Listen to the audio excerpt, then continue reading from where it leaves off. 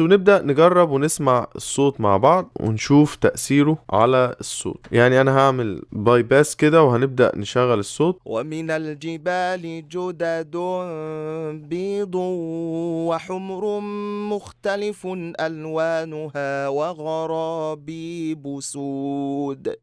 ومن الجبال جدد بيض وحمر مختلف ألوانها وغرابيب سود.